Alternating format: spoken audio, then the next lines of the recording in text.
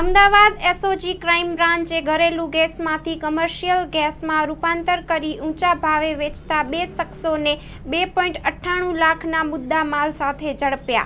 અમદાવાદ શહેર એસઓજીની ટીમે મળેલી બાતમીના આધારે સરખેજ ગાંધીનગર હાઈવે પર સનાથલ ટોલ નાકા પાસે પતરાના ગોડાઉનમાં દરોડા કરી હતી, જ્યાં 2 શખ્સો સરકાર માન્ય ગેસના ઘરેલું સિલિન્ડરમાંથી કમર્શિયલ ગેસના સિલિન્ડરમાં ગેસ રિફિલિંગ કરતા જોવા મળ્યા હતા. જે મામલે ગુનો દાખલ કરી રાજેશ પરમાર અને હરજીભાઈ પરમાર નામના આરોપીઓની ધરપકડ કરવામાં આવી છે.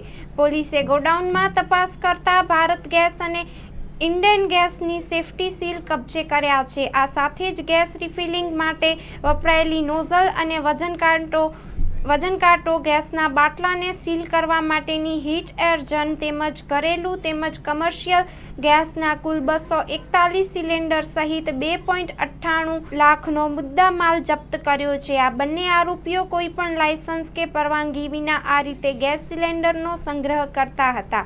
આરોપીઓની તપાસમાં સામે આવ્યું કે તેઓ કમર્શિયલ ગેસ સિલિન્ડર બજારમાંથી ખરીદી તેમના પ્રધાનમંત્રી યોજનાના ગેસના સિલિન્ડર શહેરના અલગ અલગ વિસ્તારોમાંથી ખરીદી તેમાંથી ગેસ કમર્શિયલ સિલિન્ડરમાં રિફિલ કરી ઊંચા ભાવે વેચાણ કરતા હતા.